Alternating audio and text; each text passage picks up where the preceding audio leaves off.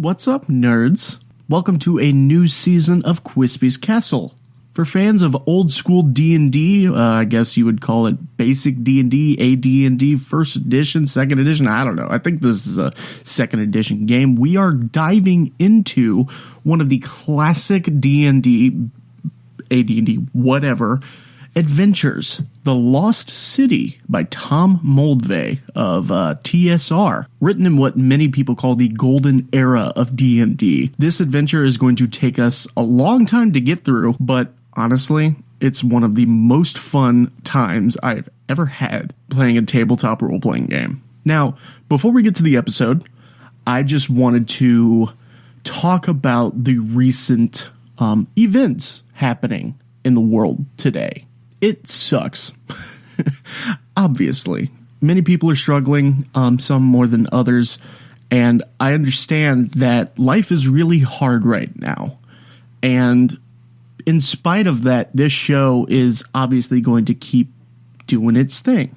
In times like these, stupid shows like this of just people getting together and just BSing their way through a role-playing game and having fun and making laughs, honestly, to me, that's one of the most important things to do right now. Dumb shows like Quispy's Castle and Dungeon Derailed, I think, are super important to do in a time like this. So no matter what happens, as long as we have the ability to, we are going to keep doing this show because the world needs more laughs right now.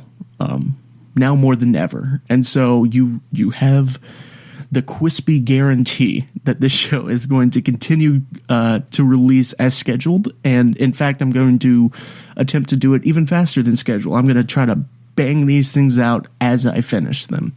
So with that out of the way, let's make no more mention of it.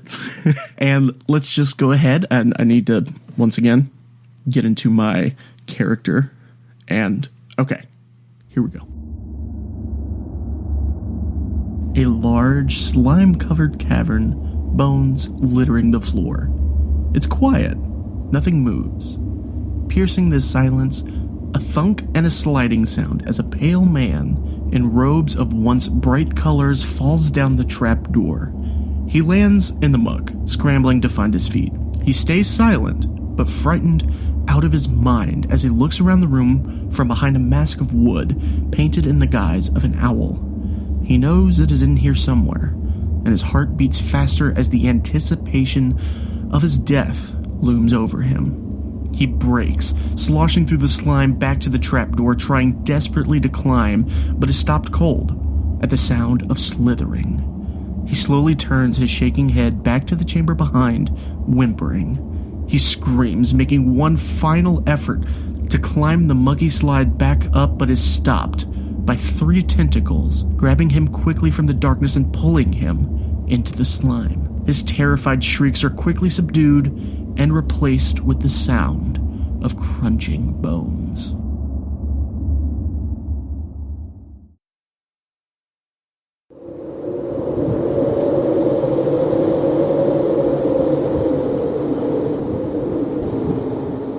To recap from last time, previously on Quispy's Castle, Leaf, Gabriel, and Chirper. The last few things that you did was befriend a dragon, make peace with the kobolds that were living in Silver Rock. Oh yeah. Dell, a co-worker of Chirper's, was at Silver Rock as well, looking for a map that she found. And so to kind of breeze through everything that has happened up until this point, the 4 of you decided that you needed to, not that you needed to split up, but Dell basically said, I need to get this to our employer. And Chirper decided to go along with her, because he had fulfilled his mission. Which I'm not sure if you two were aware of it, but he said that he completed his mission, and so he went off with Dell to go back to their employer. And at the same time, they were going to go figure out where these crusaders were going, the people who burned the dwarven hold of Silver Rock. They were going to follow them, and try to figure out what was going on there. And you two were going to go north through the desert because you figured it would be much quicker to go through the desert than it would be to loop all the way around to get to forget the name, to get to Pinewood Outpost, which is a sort of a town that the dwarves have connections with, and so you were going north to warn the dwarves of what was going on because they do not know. Before you guys parted ways, though, Dell gave you a necklace, specifically gave you Gabriel a necklace, saying that it was basically a speaking device that allows you to speak to each other from over large distances. So like a walkie-talkie. Basically, yeah.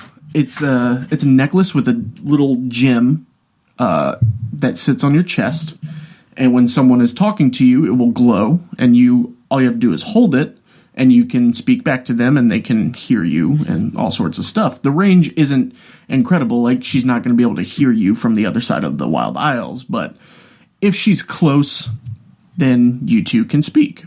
And so with that out of the way, you two decided to go ahead and start your journey through the desert.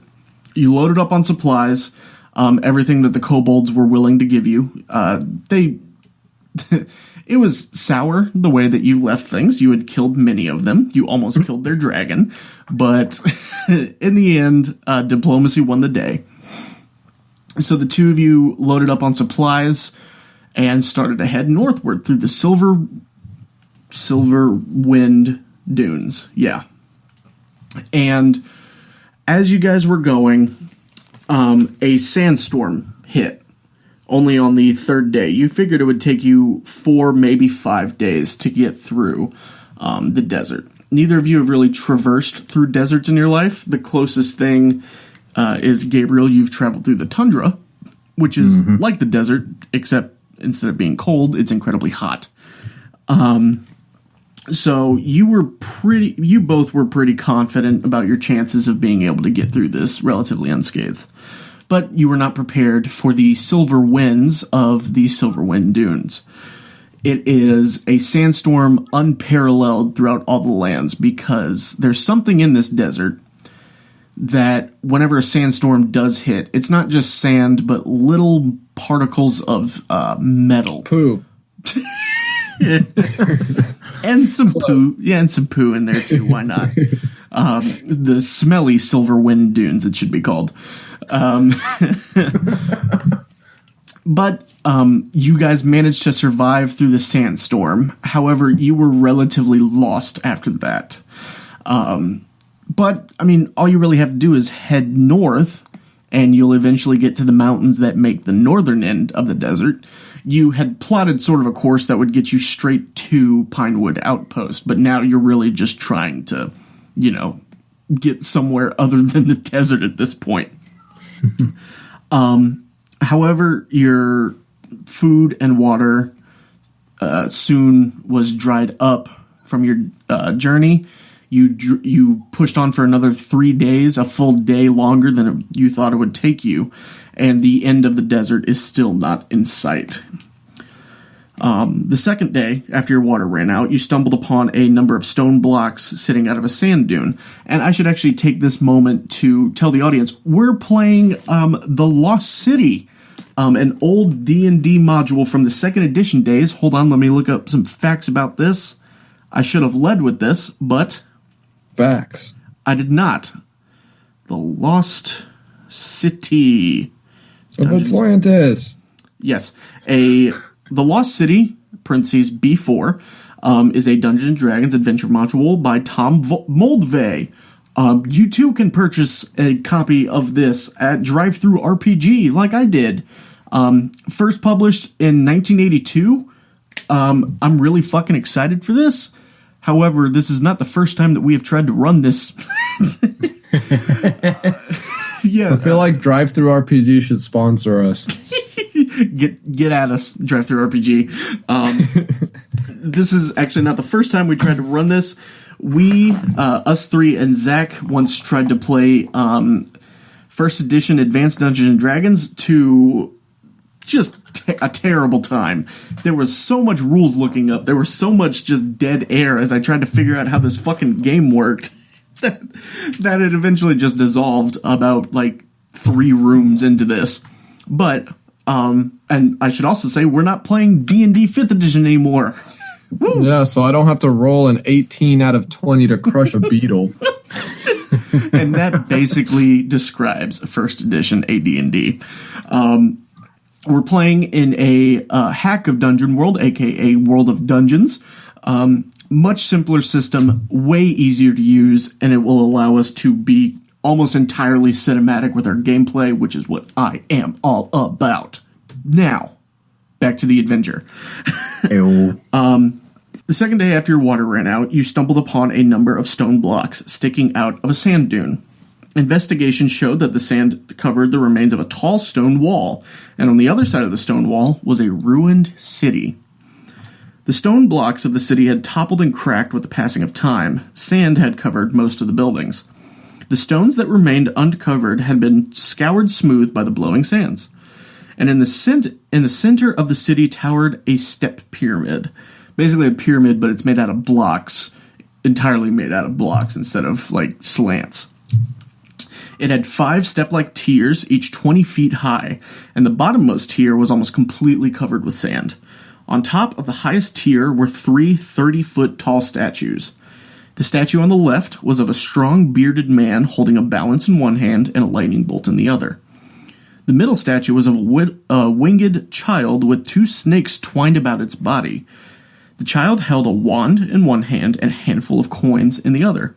The statue on the right was of a beautiful woman, and in her hands she held a sheaf of wheat and a sword. None of these figures are readily apparent to either of you what they are. On the southern side of the pyramid, a ramp with stairs led from the ground to the top of the highest tier. A quick search of the ruins revealed no source of water or food, which you desperately need, so you decided to climb to the top of the pyramid. In the side of the ramp, level with the floor on the top tier, you found a secret door. Turn the page. The slab of stone that hid the secret entrance to the pyramid is now held open by the dead body of a hobgoblin. The body has a large crossbow bolt sunk deep in its chest, and the hobgoblin has been dead. The hemoglobin has been dead several weeks. Now the 2 of you are here. You have all of the equipment that you had with you, but you have no rations or water, which it is starting to really hit you, your lack of water. So, you 2 are at the top of this pyramid. The door is there. What do you do? Take the door down. The door is trying to shut, but the hobgoblin's body is in the way. Before we go any further, Mr. Leaf, I have a very sinking suspicion that there are a lot of traps in here. I don't know why, but something's just telling me that we shouldn't go kicking doors down or running through stairs or anything like that. We should take our time with this. No? I doubt it, Gale. And then I proceed to kick the door down. Did you say Gale? Yeah, I said Gale. So you kick the door open, and you hear a click on the other side of the room, but nothing flies at you. You actually see 15 feet, it's a hallway that leads 15 feet down, then goes to the left. You see a little niche in the wall, and there's a large crossbow pointed directly at you, but the bolt is in the hobgoblin, not in the crossbow. So you're fine. The trap has already been sprung. The floor of this place is covered in dust, but several pairs of footprints are going inward. Okay, Gavin, I think you may have had a point with the traps, considering that we heard that tick. So how about you take the lead? All right, let us. Look, here's what we're going to do. We're going to follow in these guys' footsteps almost to the T, all right? Literally stepping where they step. Sounds good? Sounds good. All right, and we're going to proceed forward, carefully being on the lookout for any more hidden crossbows. Okay. Do you leave the hobgoblin body where it was, propping the door open? Yep. Of course. Okay. That's our way out. Shit hits the fan. That's our way out. As you go in, it does get progressively darker. You can see most of this hallway, and as you turn the corner, you can see that as well. But you see a door another 15 feet down. So as we're walking and we're following it step by step where these people walked, I'm gonna push Gabe a little bit, and I'm gonna be like, "Think fast." You just push him forward. Well, to the side. Okay, yeah, But not. I'm not like throwing him on the ground. Like I'm very much being playful, and then I lick my lips a little. And then Oh no! Calm down, lettuce wraps. Oh boy! Hold on, I'm gonna resituate myself just a little bit. My legs have already fallen asleep. Is this you in the dehydration kicking in, Leaf? Like, are you okay? How many fingers am I holding up right now? 7. Well, okay, you're not far off, but you're a little off. I was holding up 3.5, so you're close. What's a 3.5? What's the half? It's just a finger, just kind of up a little bit. Okay. Yeah, so the door is in front of you. As you push Gabriel to the side, no traps get sprung or anything. Thank God. All right, you got any torches? Let's light one. Let me see. Yes, I have 2 torches. Boo. Boof. Yeah, I lit a torch. All right, cool. Was that the sound effect of the torch being lit? Boof. Yeah. Yeah, so you light it. Yeah, you can now see very easily. My leg's waking up. I want to crop you saying that, like take a little clip of you saying that and mod Skyrim for every time you use a fireball. That's the sound it comes out as. Boof. Boof. Yeah. Replace the wave file. Oh boy. Or every time you use a needler in Halo. Oh my God! And then when it blow up, it's like It's just a. Sorry, audience. Oh. But yeah, there's a door in front of you. It is also made of stone. Do you open it? I would like to examine it first, please. Are there any cracks in it? No, it is just solid stone slab. You don't see any hinges. And upon closer inspection, you don't see anything on this side of it. All right. All right. Well, here we go. We're going to carefully inch it in.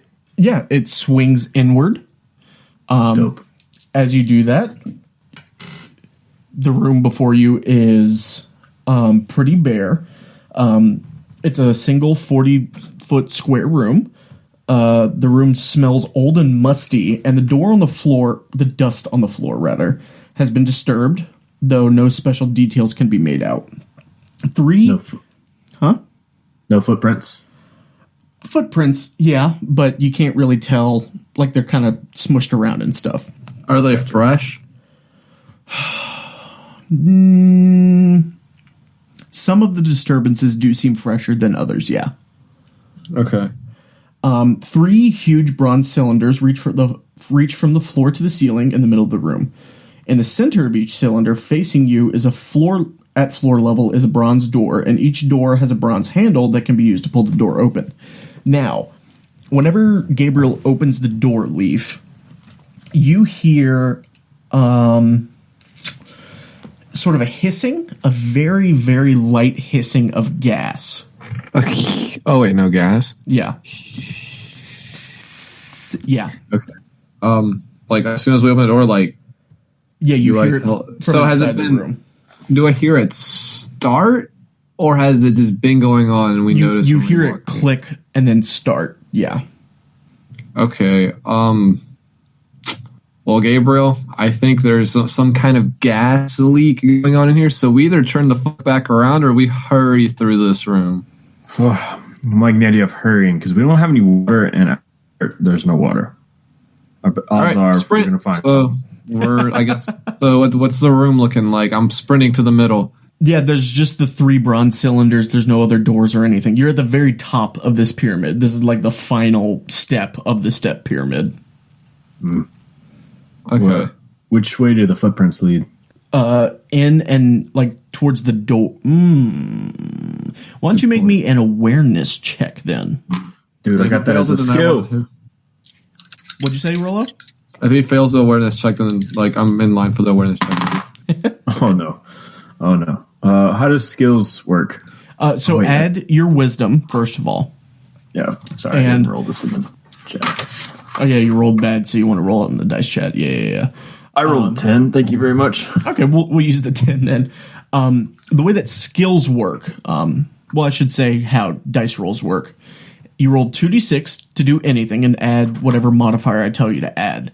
And 6 or less is a failure. You don't do what you were trying to do, and there's a consequence for it. 7 to 9 is a partial success. You do what you did, or you did what you were trying to do. There's either a cost or a complication to it, and maybe you don't want to do it because of that cost. And and then 10 to 11, you do it, no problem. 12 is a crit, you do it plus some more. And with a skill, if you have a skill in the thing that you're trying to do, if you roll a 6 or less, you still do it as if you'd gotten a partial success, but the cost is even bigger than it would be for a partial success. So no matter what you roll, since you have awareness, you will succeed. There just might be a cost with it. But you rolled a 10, so works out. That should be a 12 with the wisdom bonus. Oh, well, look at you, a crit success. Yeah. He better see this door. Yeah, you see, there's 3 doors. There's a door in each tube. But you see that a lot of the footsteps are actually in the center one, not on the left or right one. The ones near the left and right are very old, and the fresh ones are in the middle. All right. Leave, come up. We're going into the middle. Try to cover your face with your shirt. Don't breathe it in. I will do the exact same thing that he's asking me to do. Word. And we're sprinting. Oh, yeah. Carefully. Yeah, so you open it, and you actually see that there's a bit of dried blood on the door. And when you open There it is. You open the door, and you hear a click, or sort of a whoosh, but nothing happens. With your crit success, you actually can tell that this was a trap that was set, but it has already been sprung, much like the crossbow bolt. And you both quickly jump into inside the cylinder. It's a ladder that goes up and down. Well, we want to go down because we're already at the highest point, right? Yeah, but it does go up as well. So right now, where we're at, there's a bunch of gas, right? You can get into the tube and then close the door behind you, and you should be fine. Let's do that. Yeah, let's do that. I mean, I guess like if we go to the top first, we can cover everything, you know? Because like clearly we got to go towards the bottom. But I mean, if there's something we like, what if there's a fire sword up there? I like where your head's at. He will not stop until he gets that fire sword. So Leaf, you climb to the top of this ladder, and it doesn't actually go into anything like open. But you see that it goes into the statue that was at the top of the pyramid. You are basically in the hollowed out statue of the child with the snakes wrapped around it. And you see that there's like a special speaking tube in there, like a tube that like leads to the mouth or like leads out. And you kind of like mumble something into there, and it like projects it out into the desert. Fear me, mortals! Who the fuck? All right, I think there's nothing to see here, Gavin. And there's some levers and stuff, and like moving them around like moves part of the statue and stuff. Like I can move it like a mech? I mean, you just like can like swing the arms around and like turn the head and stuff, but we need to remember this. This is a Voltron. Yeah, we need to come back for this when we're fighting the final boss. Yeah. I want to kill something with this, please. Okay, so no items or anything up here? Like nothing to see here? Nope.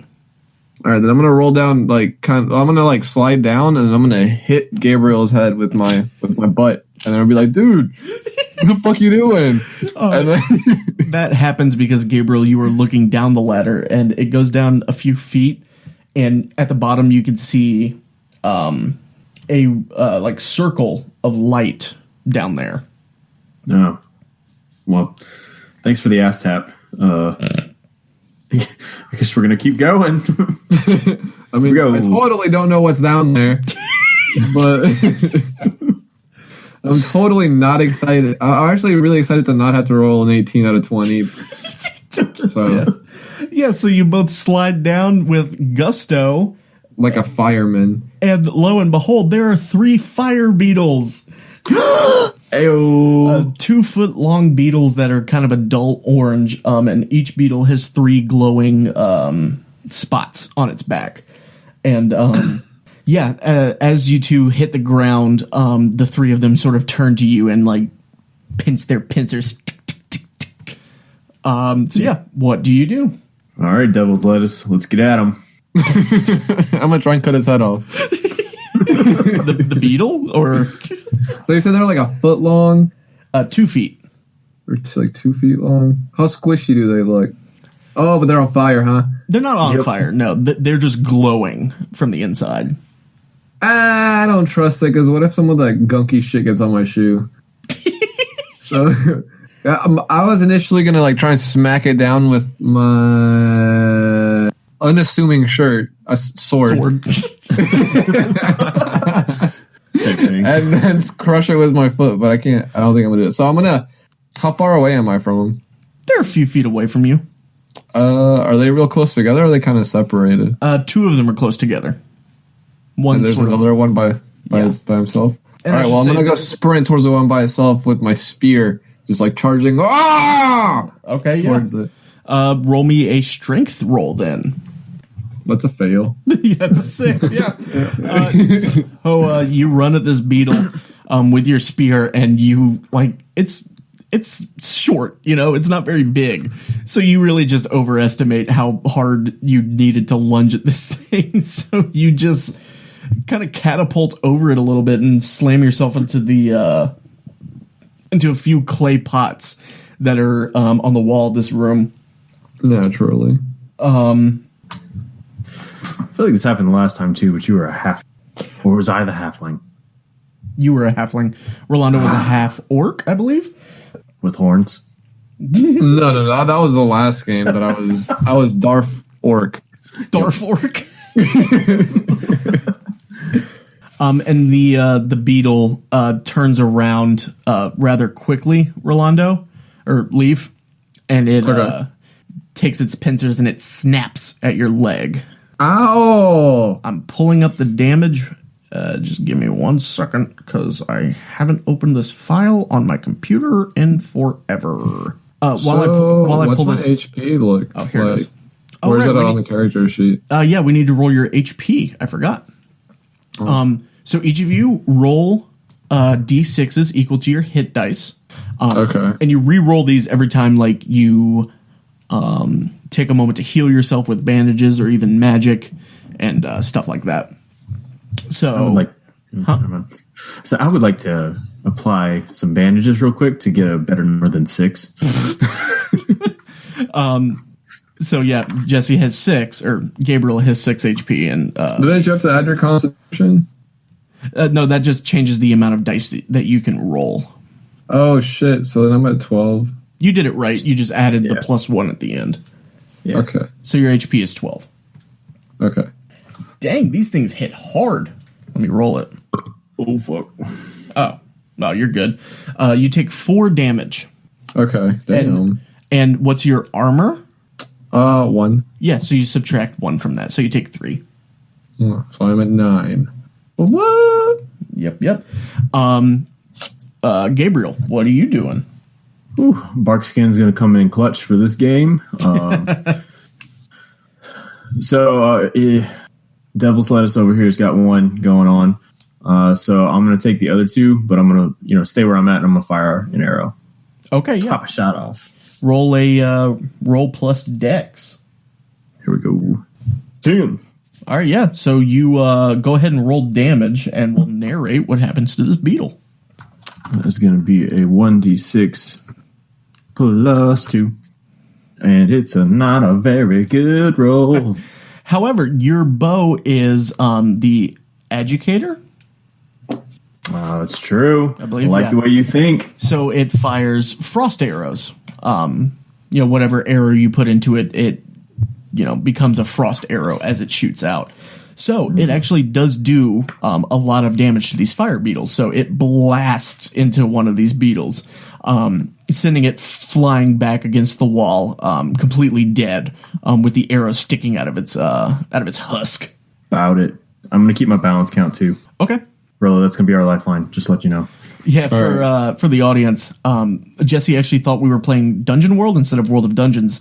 So the spells that he chose were like from a different game, but we just took them, modified them slightly, and used them for this game, because that's the beauty of playing a game like, so cinematic, like you can just make shit up.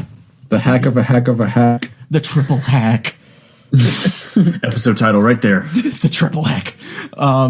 So yeah, Rolando, what do you do now? Your back is against the wall. You're sitting in this very musty pot that is broken apart from your body, and the beetle is rearing back for another attack on you.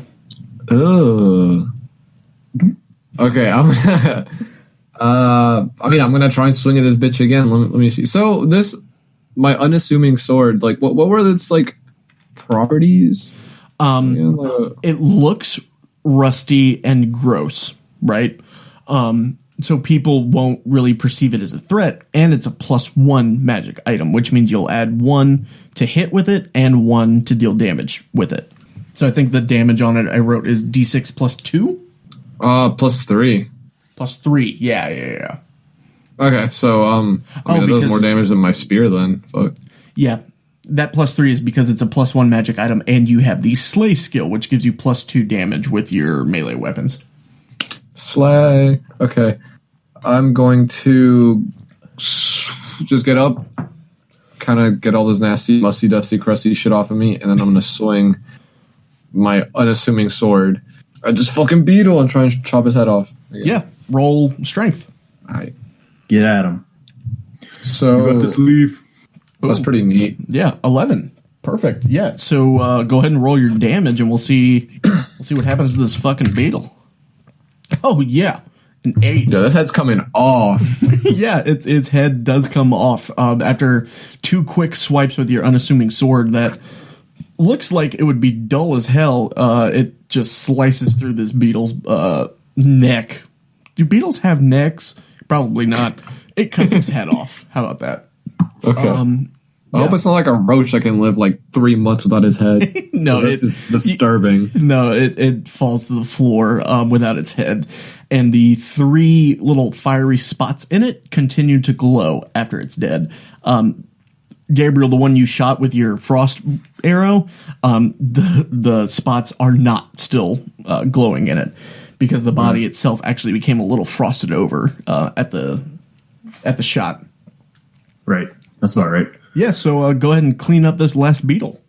Yep, we're gonna launch that second arrow, going at your face. Do it. Well, not at your face, but at the beetle's face. Here we go. I mean, I am the beetle, so that's fair. Second verse. Ooh, that's only a 7. A 7. Okay, yeah. So go ahead and roll damage again. 1d6, and it's a plus a 2. Alrighty. 4. Yeah. So that will take out the beetle once again. Yeah. So the beetle once again gets blasted by your frost arrow and flies against the wall, dead. Frosted over. The spots on it begin to dim as the fire within it is put out. When you finally do get to take a glance around the room, and there's a bunch of clay pots like the one that Leaf was thrown against. And in fact, there's also a forge with like bits of machinery around it and stuff. And you figure, Leaf, that it's actually like extra pieces for the statues up top. And there are 3 doors in this room. one on the eastern side and two on the western side that are on opposite ends of the room. When from the eastern door, you hear sort of a scuffle behind it. A scuttling, sort of. Leave, go poke it. I'm going to ready an arrow. All right. So just go poke at the door? Yeah, with your spear, though. Give you some distance.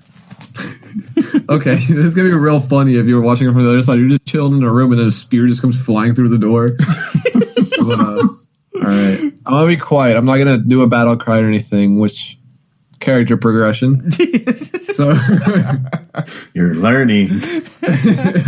You're upgrading from devil's lettuce to electric lettuce.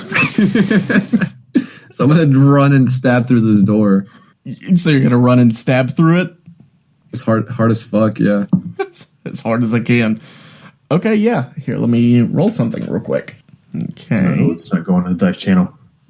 So you say you stab, like you open the door and then stab through it? What do you mean open and then stab through it? I was just going to stab through the door. Oh, well, I should have said these doors are made of stone. Oh. Well, that changes the whole plan. Okay. I mean, I guess I have to scream and kick it down now then. Right? So you scream. Can you give us a taste of that? And then I'm going to kick it down. And you kick it down, but it doesn't really swing open because it's made of stone. You kind of just push it a little bit. And it slowly swings open.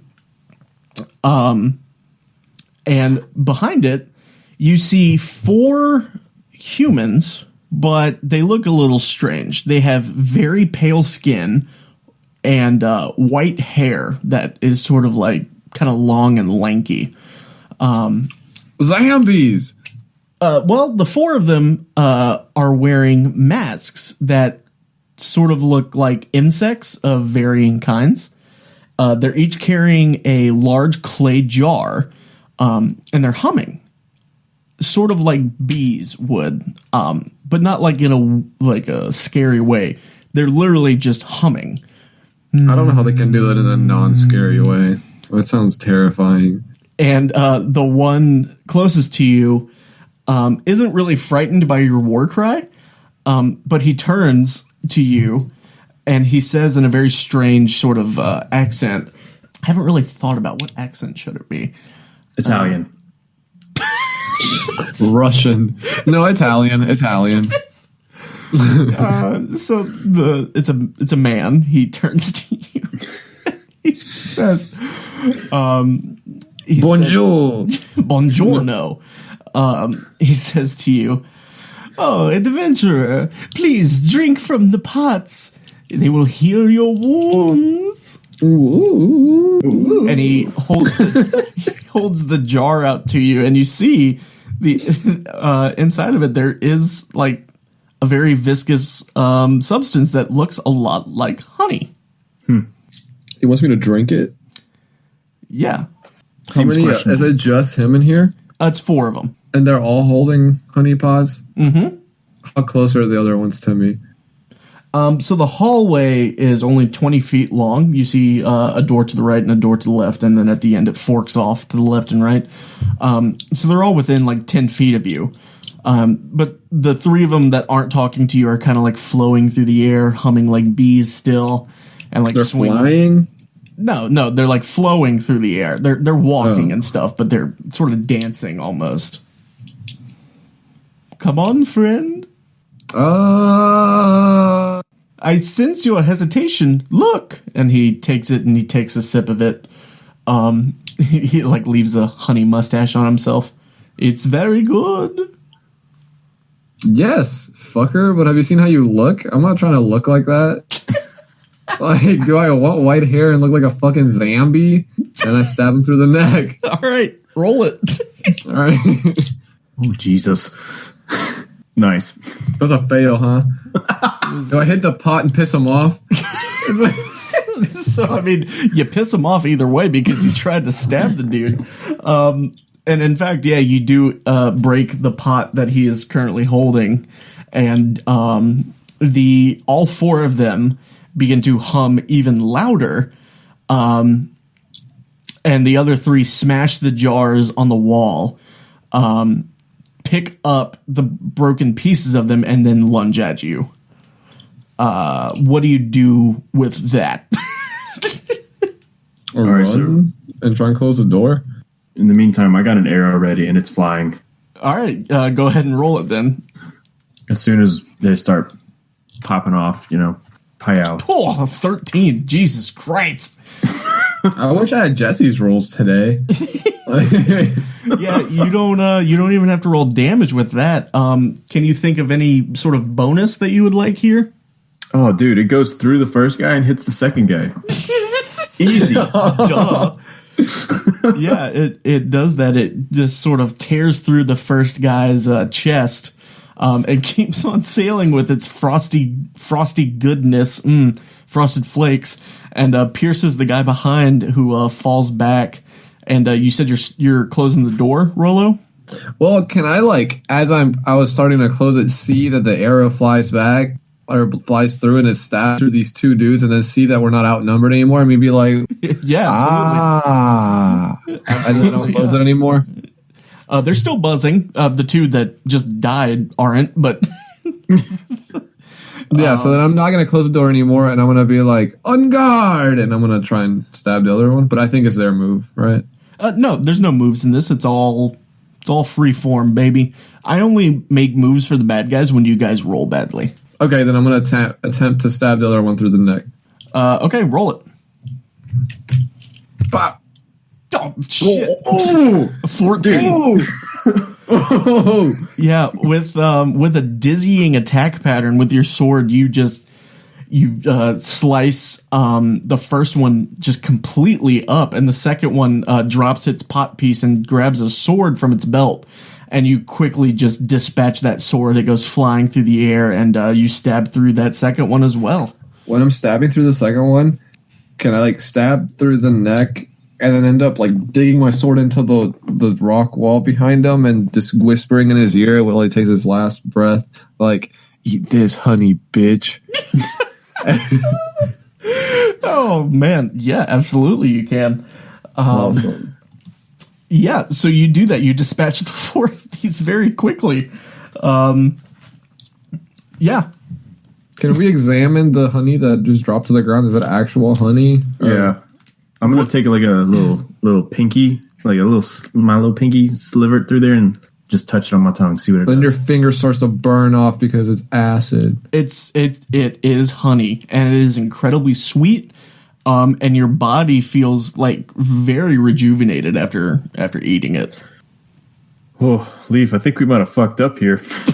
I'm gonna drop to the ground and start licking it off before then. Yeah, so you do that, and you feel very good. I mean, there's not too much that you can eat because it was kind of splattered everywhere, and some of it got dusty. But I don't care about dust. That's okay. I'm hungry and thirsty. Yeah, so you lap up enough, and that damage that you took, go ahead and heal that back up. I pull a hair out of my mouth. Ew.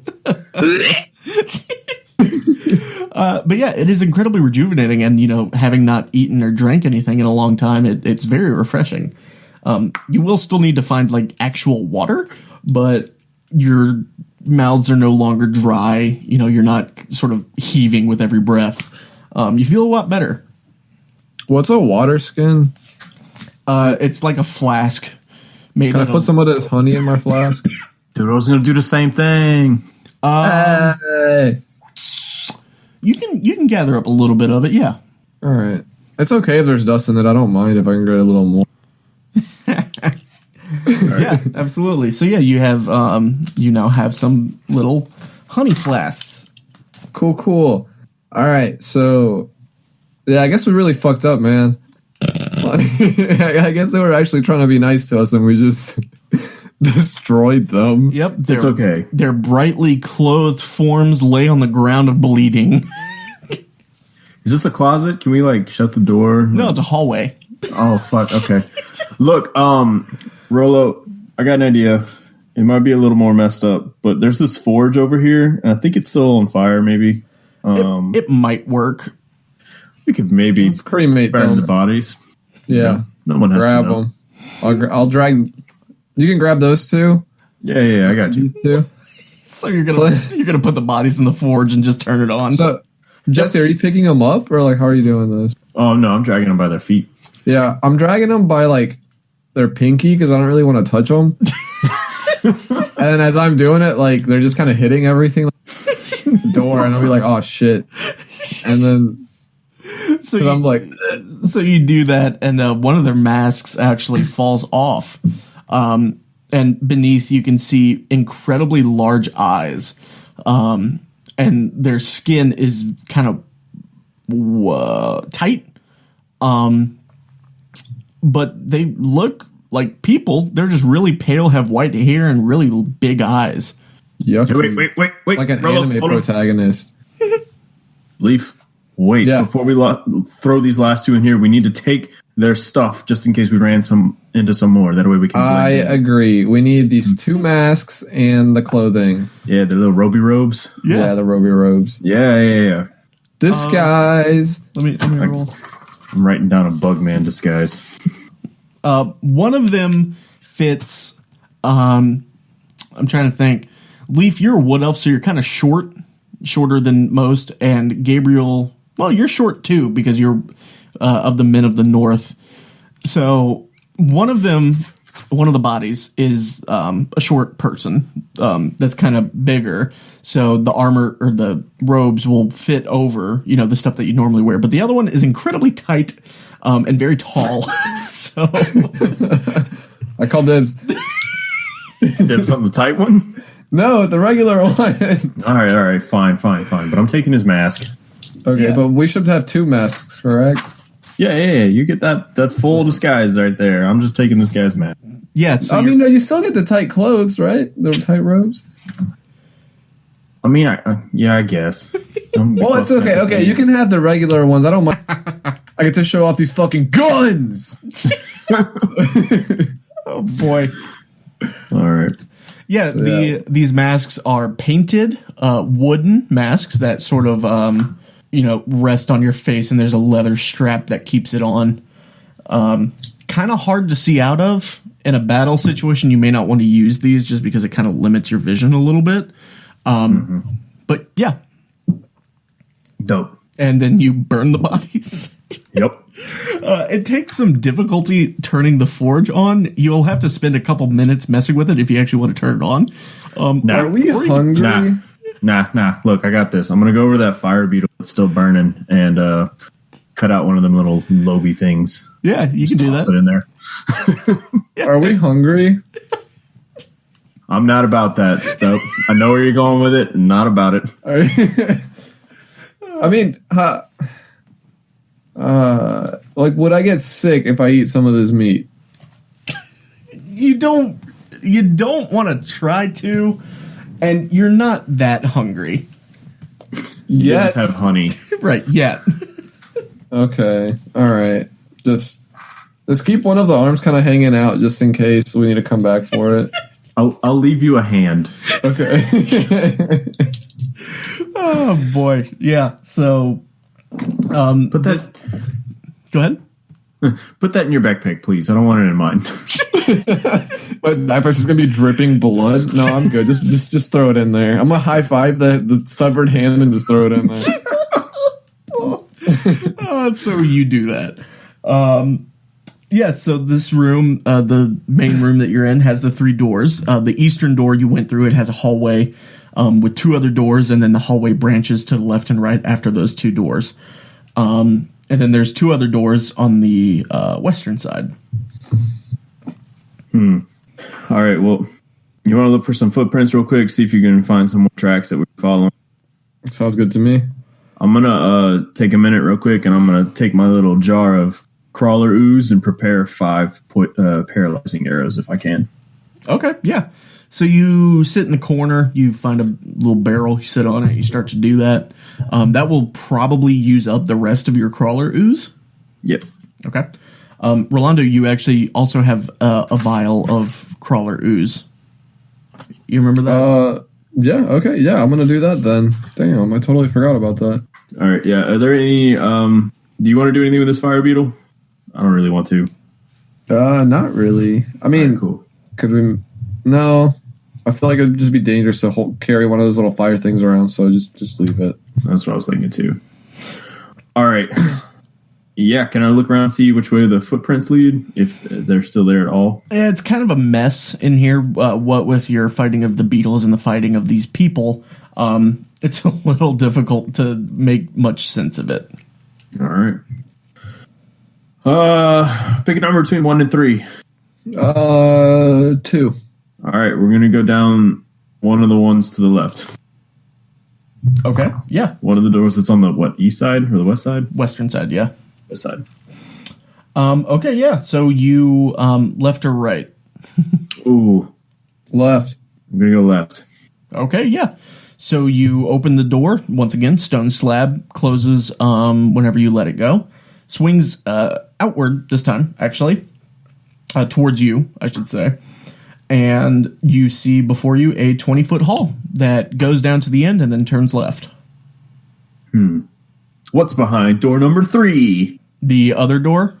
Yep. Same exact thing, except it branches off to the right. Shit. Want to split up, gang? That's probably a bad idea. If Trevor were here, I would say yes. What? You're right. Me and Chirper, and then you and the other one. Me and Dell. But okay, well, let's just go with our initial plan. Let's go down doorway number left. Yeah. Yeah. So I like do, this. Yeah, so you do that. You go down the hall 20 feet, and then you turn left, and the hall goes down another 15 feet, turns left, but directly in front of you there is a door. I forgot about this. So I'm going to hold my brooch up to it to see if it's magical. No, you don't feel anything. Dope. All right. I want to physically examine the door. Make sure yes. there's no booby traps. So you walk up to it. The hallway to your left goes down another 15 feet and then turns right. Upon closer inspection, the door is not trapped in any way. Sweet. All right. We're going to open it then. Okay. Opening it reveals a staircase that goes down and to the left. All right. Well, I guess we're going down then. Yep, we're going down. All right, cool. Let me turn to that page now. We might not be going down in history, but we're surely going down these stairs. Nice. So you go down the stairs. They're made of stone, just like everything else in this fucking pyramid. The stairs, let me see. Yeah, they are untouched by anything. There's a couple tracks in there, but they're relatively old. And going down to the end, you find yourself in another hallway, 20 feet long.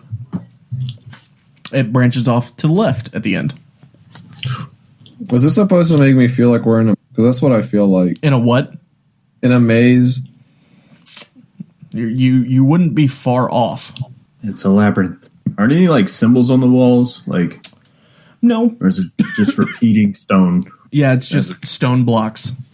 All right. Nowhere to go but forward, I guess. Yep. Let's keep moving. All right. Yeah, so you go down the hallway. It breaks left, and then you are met with another hallway. 4, 5, 6, 7. Shocker. That is 35 feet long. Oh, this one's longer this time. I know, I shouldn't just be telling you how long in feet. I wanted in meters. Oh, Jesus. So you go down that hallway, and it breaks off to the left, and you see before you an incredibly long hallway. I think we might be onto something here. I think this might be the one. Yep. I think we should take this a little slow, though. I've seen too many movies where arrows start flying out of the wall, hitting the face. Yeah, let's be real careful we don't step on like a twig tile or like a wire or something. Yep. Let me see. I'm looking something up real quick. I was looking up how much damage those darts would take.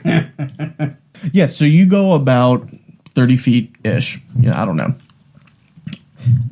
When it's actually a door at the end. And the door, to the side of it on the wall, there are there's a row of 8 buttons, and each of them have a different symbol.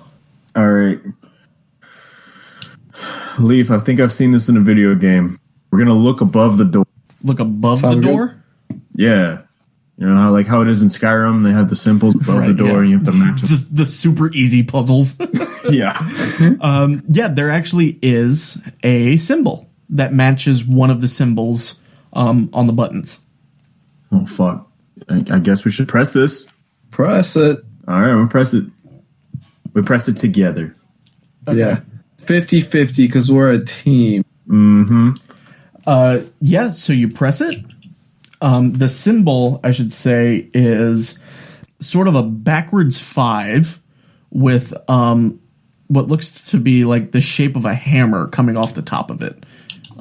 It's a little strange to explain what it looks like. But you press it, you don't hear anything. Well, before we start pressing any more buttons, I think we should probably look around for other symbols. Yes. Yeah. Let's see if there's other buttons.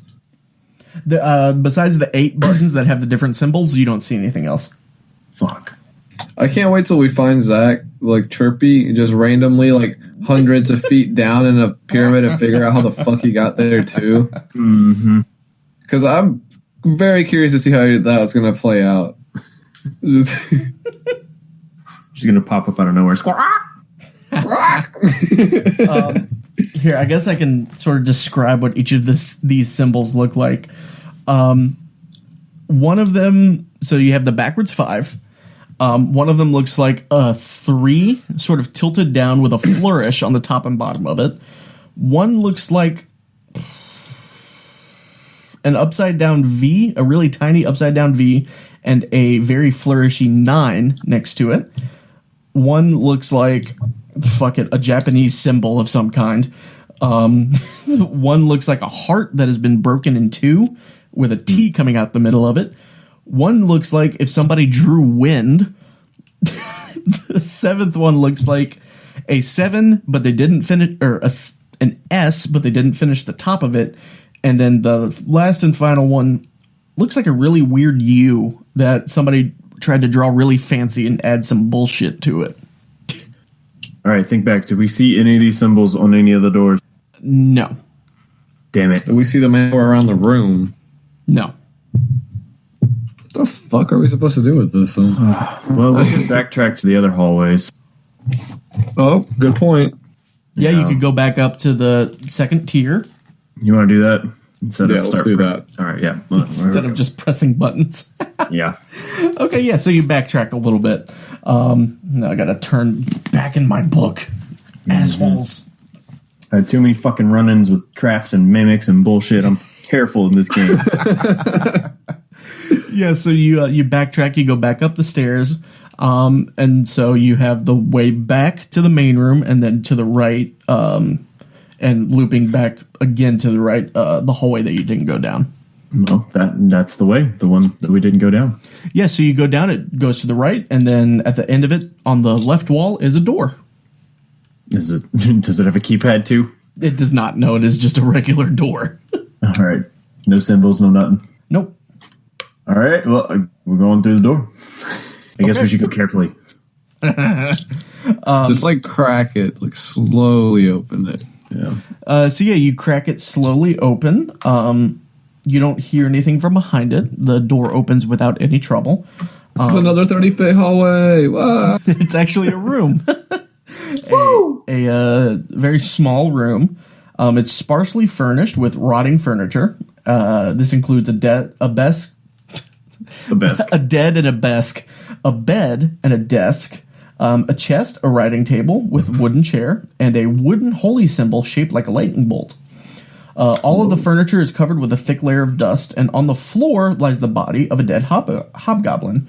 The body looks several weeks dead, and its left arm is swollen and discolored. Ooh. All right. You want to look at that chest? I'll look at this goblin. Yeah. I'm going to kick it a little bit, and then I'm going to go to the chest. Oh, you just want me to get eaten by them mimic, huh? Maybe. I'm going to try and stab the chest with my sword. Yeah, it thunks into the wooden chest. Okay. Then I'm going to safely open the chest. Yeah, you safely open it, and it is it's empty. Oh, nice. Wow. Are you? All right. Well, that means this bitch took it. Then loot him. And then there's so you're gonna loot the hobgoblin, and I should say there's another door on the opposite wall. The hobgoblin has let me see, it has 40 silver pieces on it and a full water skin.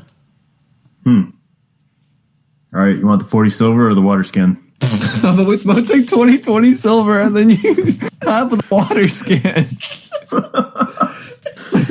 I guess that's a good point, you can have the silver. I'll take all the water. I'll gladly pay 20 silver for a water skin right now. All right, fuck it. Yeah, I got 40 silver. Okay. I chug my water. No, I'm gonna ration it out. I'm gonna drink as much as I need to be at 100%. I mean, it's most of it. All right, I'm gonna drink all of it. Yeah, you glug that shit real quick. It's kind of old. It tastes dusty a little bit just because it's it feels a little old. Delicious. It complements my honey perfectly. But yeah, other than that, the hobgoblin doesn't have anything on it, anything of note, at least. What about his left arm? Like, why is it all swollen? I want to look at that. So yeah, you kind of turn it over a little bit, and there seems to be like a wound on it from like I'm gonna stinger. back up a little bit in case it like the pimple pops or whatever. Yeah, it seems like it was stung by something fairly large. Would it be anything that I'd recognize? You could make me a check. You got the scroll of flora and fauna. I don't know if that helps or not. But. Yeah, I forgot about that. Yeah, if you take a few minutes, you can consult that. Yeah, I'm gonna do that. I'm gonna whip it out all fancily. Like I'm gonna talk to you while you're reading it and distract you to an extent, so you're gonna take even longer. But I'm gonna be like, all right, well, if there was a fire beetle and then these little nasty zombie dudes were eating like bee honey, I'm telling you, it had to be like a bee or like a mutated bee beetle. And a beetle. And it's so ironic, but Leaf's talking about that makes you realize very quickly, without having to actually consult the thing, that this was probably the sting of a killer bee. Oh, nice. And I should say, like a little killer bee, like just a regular one you'd find, or like we talking like a big mutated bee? Yeah, it's a big one. Okay. Oh, it's a honker. It's a honker. Yeah, they're big boys. So is the stinger still left in his arm? Like, or is it a big wasp? No, yeah. The stinger is still in his arm, actually. Good point. Okay. Ew. But and it's like really lodged in there too. So yeah, I'm just not even gonna bother with it. I mean, but could we use that as a weapon? Could I tie that stinger to the end of my spear? No. Once, because the stinger takes the. Correct me if I'm wrong. I'm probably wrong, but the stinger takes the poison from the thing and puts it into the thing. Without the poison, I don't know. Even if we pee on it. Well, you can pee on anything and make it poisoned. I'm just gonna say you got that crawler ooze too that you could fuck something up with this stinger, or you could just coat your sword with it. Yeah. I mean, yeah, you already used it on your arrows. Yeah. I was talking about Leaf's vial. My vial. Well, I did it too. Yeah, he did it as well. Yeah. Okay. I wasn't just sitting there twiddling my dick around. I was doing productive. I saw you doing something, and I was do it too. Hey, I didn't even know you had arrows. So all right.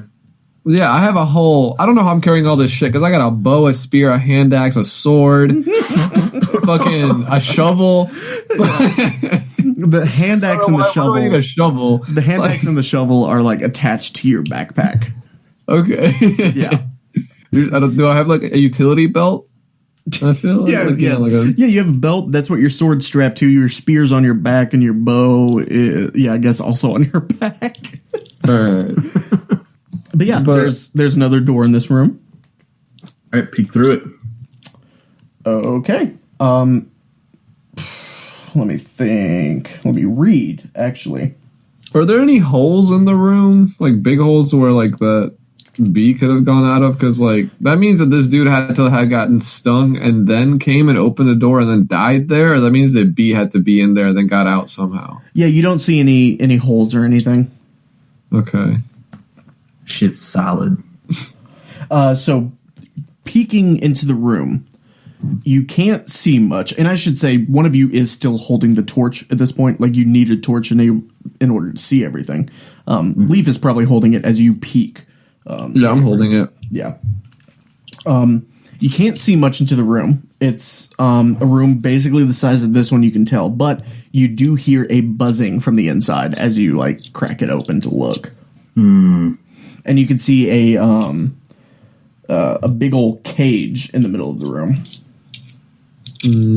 Big old cage. That means that this bee was kept in the cage. It got out. It stung this asshole, and he came in this room and died.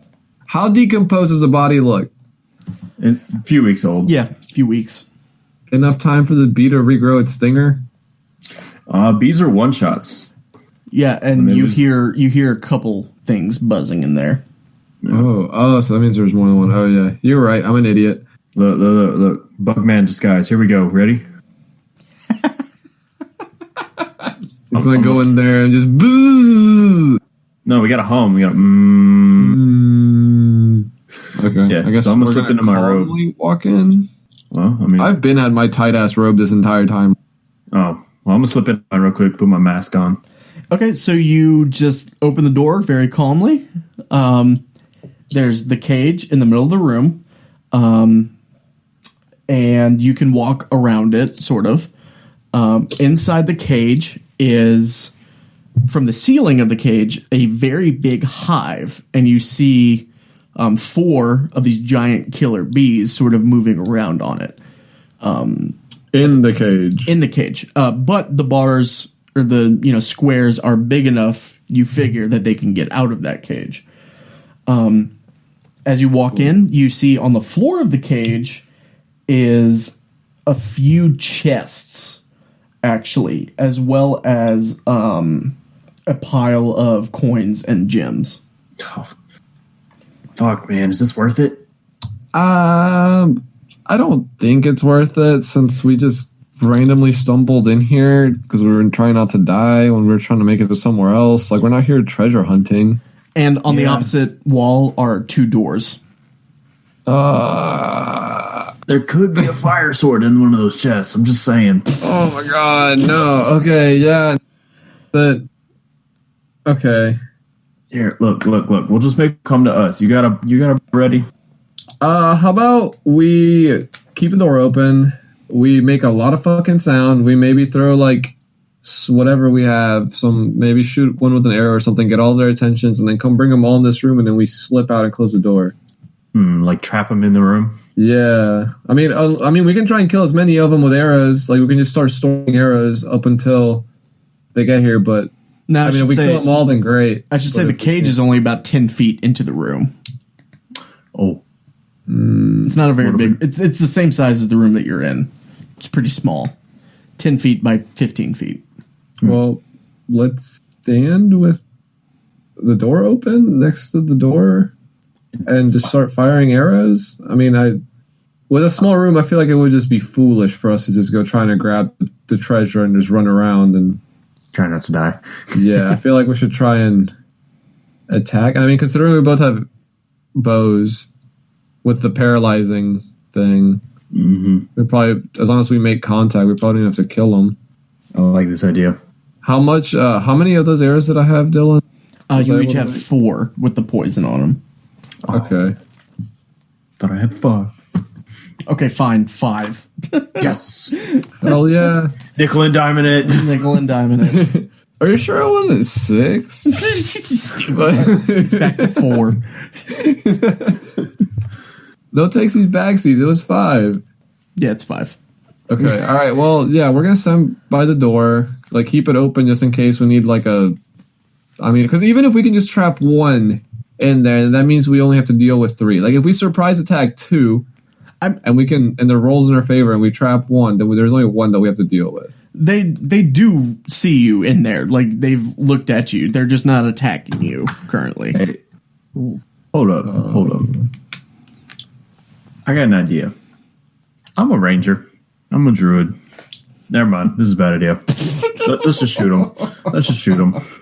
I was going to try to talk to him, but these are assholes. These are assholes. Oh my god. And we don't have bees on the northern continent, so I can't technically guess. That's fair. Mm-hmm. All right, so I'm going to ready up my bow with my poison arrow. I'll get the one on the furthest to the right. All right, I got furthest to the left, but I'm taking this garb off. Okay. Right.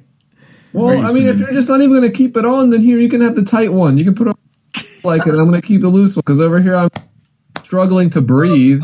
Well, why are you keeping it on? Why are you... Well, because what if someone stumbles upon us, dude? You got to be ready. Like, why do you have to take it off? Like, who else is looking at it? So who are you trying to look cute for? No one. Trying to look cute for Chirper and Dell when they get here. You know we're going to turn a corner and they're going to be here. So, as the two of you sort of have this argument, I guess, the door on the right, on the opposite side of the wall, opens up and like fully opens up, like no fear of the bees that are inside. And a man wearing iron chainmail over a blue tunic, wearing a steel helmet and a golden mask that shows a long-haired, bearded man with a stern gaze. Walks, or doesn't walk through, but like opens it and says, in the same sort of dialect as the bee people that you ran into, says, "Oi, I'm not sure what you're doing there, but it's probably not a good idea to shoot our bees." Oh fuck! Put the guard back on. Put the robes on. Exactly. See, no, mine are on. Okay, yeah. Or was I taking them off, trying to switch with him? No, I get it. You're not like us, and I mean that's fine. You know, like, do you want to come over here and talk? Well, we kind of want the treasure that's underneath the bees. Well, that's our treasure. See, like, we're not just gonna give that away to you or anything. Could you tell me if there's a fire sword in there, though? There's not a fire sword. No, it's just gold and jewels and sort of stuff like that. If we had weapons, we would use them. You know. All right, honestly, man, you can keep it. I'm not here for wood or like whatever you said there is in there gold. Can you just help us get to our destination? Like, we don't even really want to be here that much. We got kind of trapped, but I don't know if I can trust you. But then I'm gonna whisper to Gabe, like, I want his armor. Could you like come over here and show us like exactly like where we need to go? Because again, we're not sure if we can trust you, and you're not sure if we can trust us. But we really mean no harm. We were only attacking these bees because we were trying to get the fuck out of here. I mean, safely. Yeah, that's fair. I mean, look, if you want to come over here and talk, it's kind of hard to hear you over the buzzing of the bees and stuff. Exactly. Why I would feel a little more comfortable if you came over here, considering these are bees and you know them and we don't know them.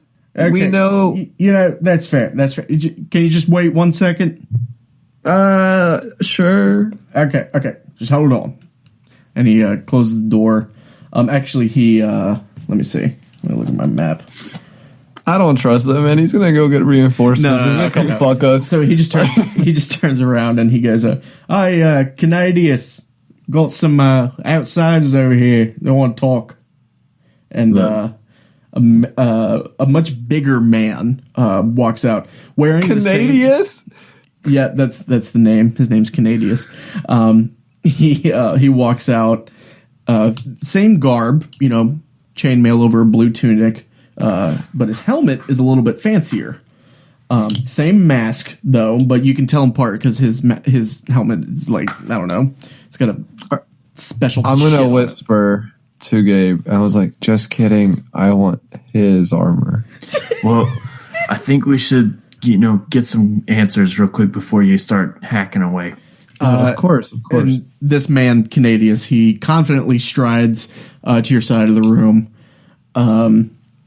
You want to move into the room there? It's hard to hear you over the bees. Yeah. All right. Hey, boys, you guys just stay in there. I'll talk to these guys. And he ushers you back into the abandoned room. The one where we were just at. Yeah, the room you were just in before you barged into the to the B room. Okay. The one with the hobgoblin that's dead. Yeah, not to address the elephant in the room or anything. The hobgoblin in the room, yeah.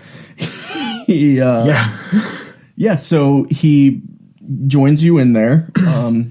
He has a very ornate, two of them actually, short swords on either hip.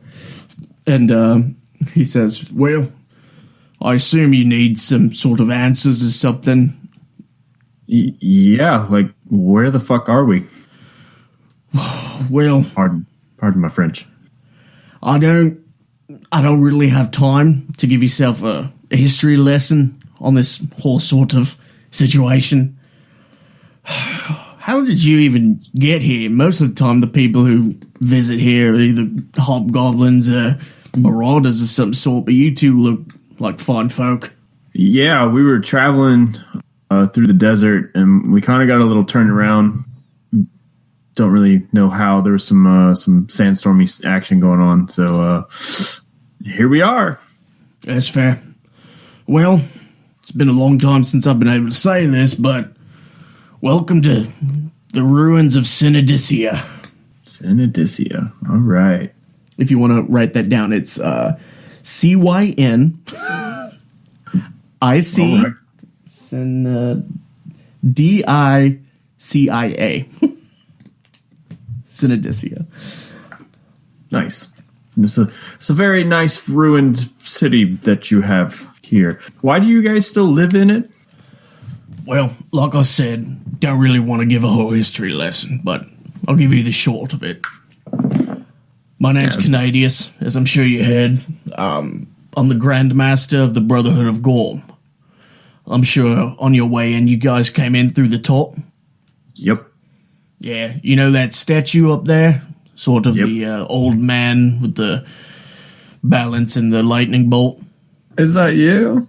No, if only it were me. No, that's our god, Gorm. It's one of the three ancient gods of our civilization, as it were. But like I said, no history lesson. Just let it be known that some things happened. This used to be a great empire of sorts. Let it be known that us here in the Brotherhood of Gorm are trying our best to get the Synodicia back to what it once was, and let it also be known that there's other people who are getting in our way of doing that. Have you run into any of our other kind up here? I recall seeing some dudes with some masks, but it was just in passing. No. Right. Well, that doesn't really help because we all wear masks down here. They offered us honey. Does that help? Oh, yes. That's Clavicus and his men. Yeah. Good boys. Think they're bees, though. Yeah, they were pretty cool. It seemed pretty hot, you know. Did you try some of their honey? We did. It's pretty good, isn't it? It's pretty damn good. Being out in the desert with no food and no water, it was pretty great. Well, do you have any water? I mean, yeah, like, if you want, I can, attend to your needs. I can't imagine being trapped in the desert for a few days is good for anybody. When you say attend to my needs... Calm down, devil's lettuce. Now, this is when he looks at... Are you guys still wearing the masks? No. Well, I'm not. Okay. And Rolando, are you still wearing the garb? Well, yeah. I don't want to be. Okay, no. It's fine. So, Canadius, he takes a beat. He looks down and he goes, "That's Clavicus's robes there." No, they're not. He takes another beat and he goes, "Who started it?" The honey guy. Because at first we were skeptical about the honey. We said we didn't want any. And then they got aggressive with us. And we didn't know what to do because... same as with you. Look, come on. Like, you have to understand, we weren't sure if we could trust you. And Now Okay. we know that we can, and you're respectful. But see, them didn't take it as kindly. They decided to attack us when we just wanted them to prove we could trust them. All right, make me a charisma roll here. You leave, not you, Gabriel. You leave. Oh yeah. Oh god, my modifier's a -1. Fuck. No. Okay. All right. How does this go? No, this goes exactly how we think it's gonna go. Here, let me read a little. So this dude's got as good of an armor as that other guy. Yeah, it's a bit fancier. Like fancy enough to not be able to get stabbed through, right? Yeah. Yeah, that's what I thought. I'm sorry. I'm reading this to make sure if I'm doing this right, and I forgot one major detail here. Okay. So the campaign's actually supposed to play out like that. That they're supposed to be this nice to us. I don't trust it. They're gonna turn on us. Like that's how it's written. Oh yeah. Okay. So Canadius, he kind of gets still for a bit. Now each of you tell me, like, how, like, do you want to make peace with these people, and why do you want to make peace with these people? Because I just want to get the fuck out of here. You know, I didn't come here to just like take names and eat ass. I'm just trying to Take names and eat ass. I don't know why that took me a second to hit me. Like I'm just, you know, like if we have to fight, then we will. But there's no immediate need to fight. We had a goal, a destination, and then we were feeling a little under the weather, and we stumbled upon here. You know, like whenever we went on our crusade, we weren't trying to go like, as you said, take names and eat ass. As I said. Yeah. What about Gabriel? How does Gabriel feel about this situation? So Gabriel comes from a people that has lost a lot, so he kind of feels for them, I feel like. So he definitely wants to make peace. He's definitely not trying to take names and, quote, eat ass. Okay. So Canadius, after your little spiel of, nah, dude, they got weird about the honey and stuff. He puts a hand on his temple, the temple of the helmet, for a second, and he looks at you, Leaf, and he goes, "All right, I know you're lying, but let it be known that this one here," and he points to you, Gabriel, "I trust him. You, I'm not so sure about. I'm sensing some bird racism stuff." Sort of a knowledge of demons, if I'm being honest. Yeah, that sort of stuff. Yeah, not about that. But let it be known, all right? We're good folk in the Brotherhood of Gorm. Now, if you come with us just to the other room, that's sort of one of our little hideouts up here in the pyramid. Now, if you come with us, you, and he points to you, Gabriel, you and your little friend here, we'll give you our spiel. We'll tell you of all that's happened. And, you know, from one person to another who's lost a lot in our lifetime. We hope you make a good choice.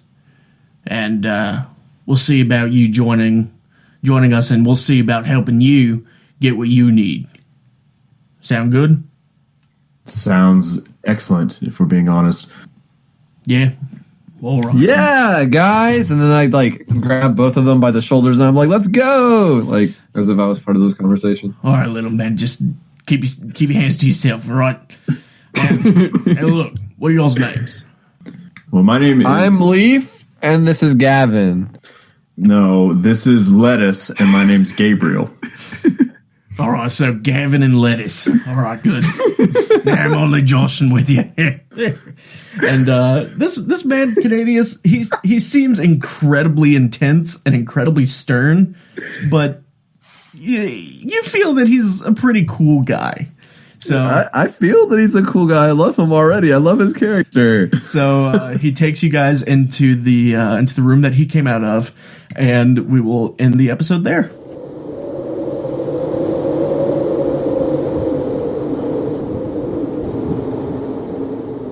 I did not do this, audience, last series for Silver Rock, so I'm going to do it now, and I'm going to keep doing it at the end of every episode. This adventure was written by Tom Moldvay from TSR back in, 1983? If you guys, audience, are ever looking for adventures to run, go to DriveThruRP or look up some of these old-ass adventures, because they are some fantastic stuff, and you can go to DriveThruRPG to get them. Now, things that I used in Silver Rock that I did not shout out at that point. Hold on, let me find them. 2 books, Tome and Volume, from Adam Vass from World Champ Games Co. I used Volume and Tome, which are both system agnostic, books of just random fantasy stuff. And can I say, this is some of the greatest shit I've ever seen in my life.